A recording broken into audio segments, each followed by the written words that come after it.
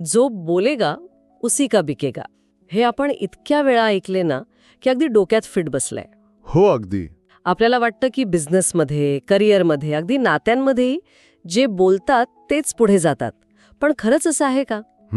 की यशाचं, सामर्थ्याचं खरं रहस्य काहीतरी वेगळंच आहे, जे आपल्याला गोंगाटात नाही तर शांततेत सापडतं. नमस्कार.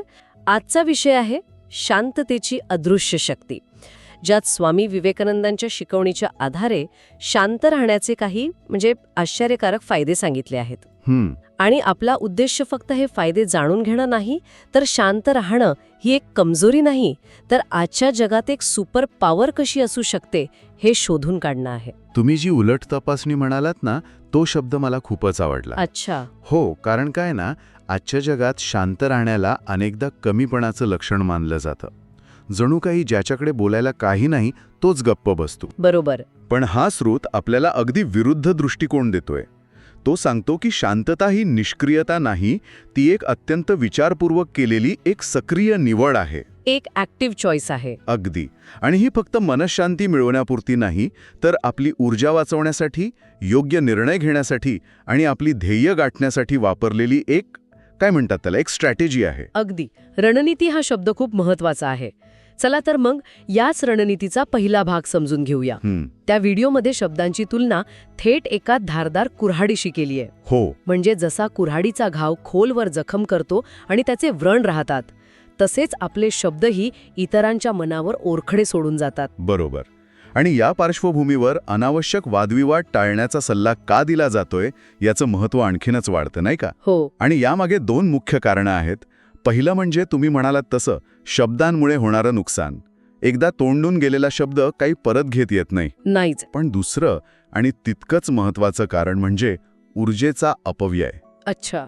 या स्रोतानुसार प्रत्येक टीकेला उत्तर देणं, प्रत्येक वादात स्वतःला सिद्ध करत बसणं म्हणजे एका अशा लढाईत उतरण्यासारखं आहे जी तुम्ही कधीच जिंकू शकत नाही. उलट तुम्ही तुमची अमूल्य ऊर्जा आणि वेळ वाया घालवता. हे अगदी सोशल मीडियावरच्या कमेंट वॉर सारखं झालं. अगदी बरोबर. आपण कुणाच्या तरी टीकेला उत्तर द्यायला जातो, मग त्यावर दुसरी कमेंट येते आणि आपण त्या कधीही न संपणाऱ्या चक्रात अडकून जातो. आणि मग तास 2 तासांनी लक्षात येतं की आपण मूळ कामापासून भरकटलोय आणि हाती काहीच लागलेलं नाही, फक्त चिडचिड आणि थकवा. तुम्ही एकदम अचूक उदाहरण दिलं. तो व्हिडिओ हेच सांगतो की जर तुम्ही तुमच्या प्रवासात प्रत्येक भुंकणाऱ्या कुत्र्यावर दगड मारत बसलात तर तुम्ही तुमच्या ध्येयापर्यंत कधीच पोहोचणार नाही. याचे एक सुंदर रूपक असं मांडता येईल की तुमच्या शब्दांना एका बजेटप्रमाणे बघा. बजेटप्रमाणे? हो. दिवसाला तुमच्याकडे मर्यादित शब्द आहेत, मर्यादित मानसिक ऊर्जा आहे. तुम्ही ती अनावश्यक वादांवर खर्च करणार की तुमच्या ध्येयासाठी, तुमच्या महत्त्वाच्या कामांसाठी जपून ठेवणार? म्हणजे शांतता म्हणजे शब्दांची कंजूशी नाही, तर ती शब्दांची स्मार्ट गुंतवणूक आहे. अगदी. शब्दांची स्मार्ट गुंतवणूक. वा, ही कल्पनाच किती शक्तिशाली आहे, नाही का? हो ना. म्हणजे आपण कुठे बोलतो, किती बोलतो आणि का बोलतो याचा विचार करायला हवा. बरोबर. यामुळे फक्त वादच टळत नाहीत, तर आपल्या बोलण्याला एक वजन प्राप्त होतं. जेव्हा आपण कमी पण महत्वाचं बोलतो तेव्हा लोक आपलं म्हणणं अधिक गांभीर्याने ऐकतात. नक्कीच. शब्दांची किंमत तेव्हाच वाढते जेव्हा त्यांचा वापर जपून केला जातो.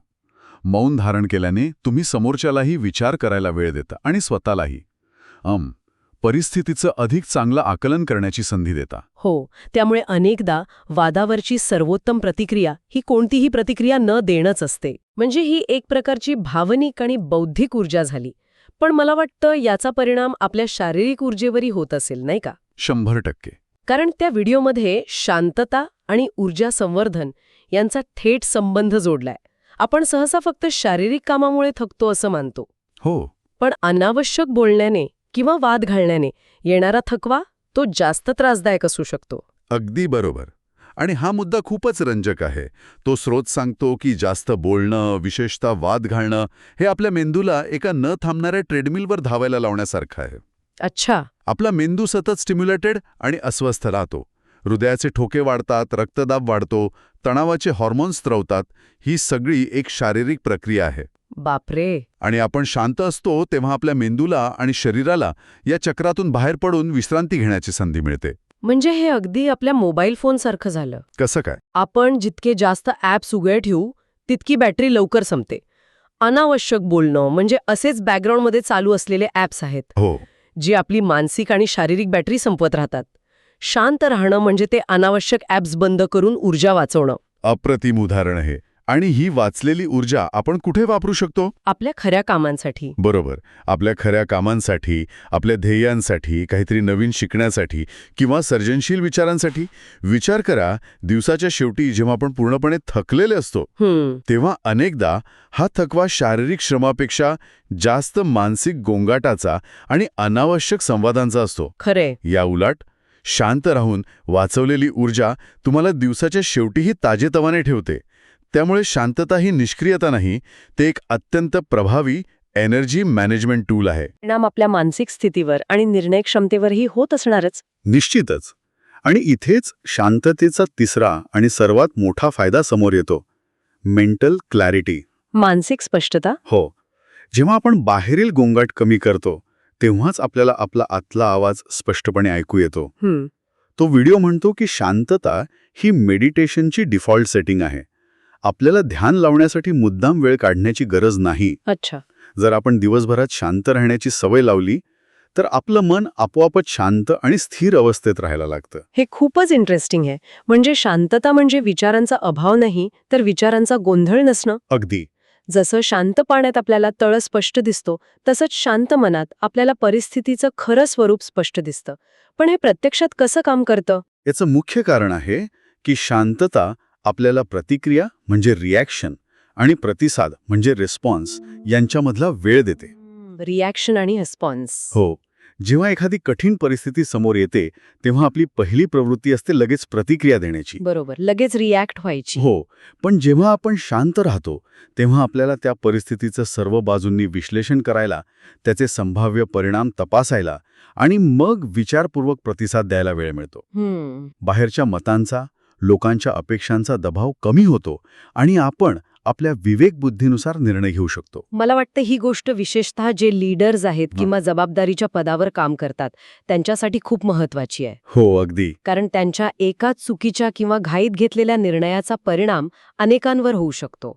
इतिहासात अशी अनेक उदाहरणं आहेत जिथे शांतपणे आणि विचारपूर्वक घेतलेल्या एका निर्णयाने युद्ध टाळले आहे. अगदी. शांतता तुम्हाला परिस्थितीवर अधिक चांगलं नियंत्रण मिळवून देते. तुम्ही भावनेच्या भरात वाहून जात नाही. बरोबर. यामुळे तुमची निर्णय क्षमता तर सुधारतेच, पण समोरच्या व्यक्तीवरही तुमचा प्रभाव पडतो.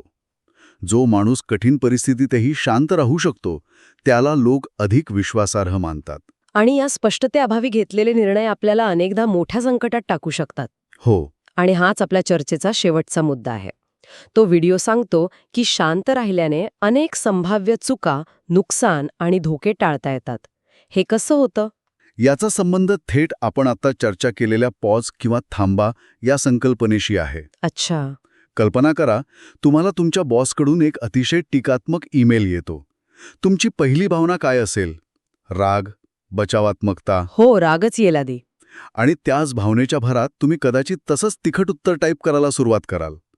पण जर तुम्ही तो क्षण शांत राहिलात, 10 मिनिटं थांबलात, तर काय होईल? तर कदाचित 10 मिनिटांनी माझा राग थोडा कमी झालेला असेल. मी तो ईमेल पुन्हा एकदा शांत डोक्याने वाचेन आणि मग मला त्यातला मूळ मुद्दा लक्षात येईल. बरोबर. मग मी रागाच्या भरात उत्तर देण्याऐवजी एक व्यावसायिक आणि मुद्देसूद उत्तर देऊ शकेन, ज्यामुळे कदाचित प्रश्न सुटेल, वाढणार नाही. अगदी बरोबर. तो 10 मिनिटांचा पॉज, ती शांतता तुमचं संभाव्य नुकसान टाळते. ते नुकसान नोकरी गमावण्याचं असू शकतं, सहकाऱ्यांसोबतचं नातं खराब होण्याचं असू शकतं किंवा स्वतःची प्रतिमा मलिन होण्याचं असू शकतं. खरंय. अनेकदा आपण बोलून गेल्यावर पश्चाताप करतो की अरे मी असं बोलायला नको होतं. शांतता आपल्याला हा पश्चाताप करण्याची वेळच येऊ देत नाही. कारण ती आपल्याला बोलण्यापूर्वीच विचार करायला लावते. हो, मी जे बोलणार आहे त्याची खरंच गरज आहे का? त्याचे काय परिणाम होतील? हा छोटासा विचार आपल्याला अनेक मोठ्या चुकांपासून वाचवतो. हे तर वैयक्तिक आणि व्यावसायिक दोन्ही पातळ्यांवर लागू होतं. नात्यांमध्ये तर हे खूपच महत्वाचं आहे. हो, तिथे तर जास्तच. रागाच्या भरात बोललेले शब्द नात्यात कायमची कटुता आणू शकतात. तिथे शांत राहिल्याने फक्त वादच नाही तर नातंही वाचू शकतं. बरोबर. म्हणजे शांतता ही एक प्रकारची प्रिव्हेंटिव्ह फोर्स आहे, जी भविष्यातील समस्या टाळण्यास मदत करते. हो, ती एक ढाल आहे जी आपल्याला स्वतःच्याच अविचारी कृतींपासून वाचवते. त्यामुळे पुढच्या वेळी जेव्हा तुम्हाला लगेच प्रतिक्रिया देण्याची तीव्र इच्छा होईल तेव्हा एक क्षण थांबवा.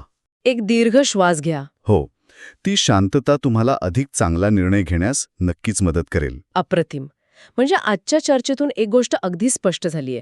शांतता म्हणजे पोकळी किंवा रिकामा वेळ नाही. नाहीच. ती एक निवड आहे. ती आपली ऊर्जा वाचवण्याची, शब्दांची स्मार्ट गुंतवणूक करण्याची, मानसिक स्पष्टता मिळवण्याची आणि संभाव्य नुकसान टाळण्याची एक अत्यंत प्रभावी रणनीती आहे. शांतता म्हणजे कमजोरी नव्हे, तर ती एक आंतरिक शक्ती आहे जी आपल्याला बाहेरच्या गोंधळातही स्थिर आणि मजबूत ठेवते. तुम्ही अगदी अचूक सारांश मांडला. आणि जाता जाता मी श्रोत्यांसाठी एक विचार सोडून जाऊ इच्छितो. हो, नक्की. आज आपण शांततेच्या शक्तीबद्दल बोललो, पण आजच्या जगात जिथे संवाद, टीमवर्क याला प्रचंड महत्त्व आहे, तिथे प्रत्येक वेळी शांत राहणंच योग्य असेल असं नाही. बरोबर. मग तो सुवर्णमध्य कसा साधायचा? प्रभावी संवाद आणि शक्तिशाली शांतता यांच्यात योग्य संतुलन कसं साधता येईल? महत्वाचा प्रश्न आहे. अशी कोणती वेळ असते जेव्हा शांत राहणं हे सामर्थ्याऐवजी कमजोरी बनू शकतं आणि आपलं मत मांडणं गरजेचं ठरतं? यावर प्रत्येकाने विचार करायला हवा, कारण या संतुलनातच खरं यश आणि समाधान दडलेलं आहे. स्वामीजींचे हे विचार जास्तीत जास्त लोकांपर्यंत पोहोचवण्यासाठी हा व्हिडिओ नक्की शेअर करा आणि कमेंटमध्ये स्वामी विवेकानंद लिहून आपला आदर व्यक्त करा. मित्रांनो, लक्षात ठेवा, प्रत्येक दिवस नवं काही शिकण्याची संधी असते. जर हा व्हिडिओ आवडला असेल तर लाईक करा आणि मराठी ग्रोथ हबला सबस्क्राईब करा. तुमचा सपोर्ट मला आणखी चांगलं काम करण्याची प्रेरणा देतो.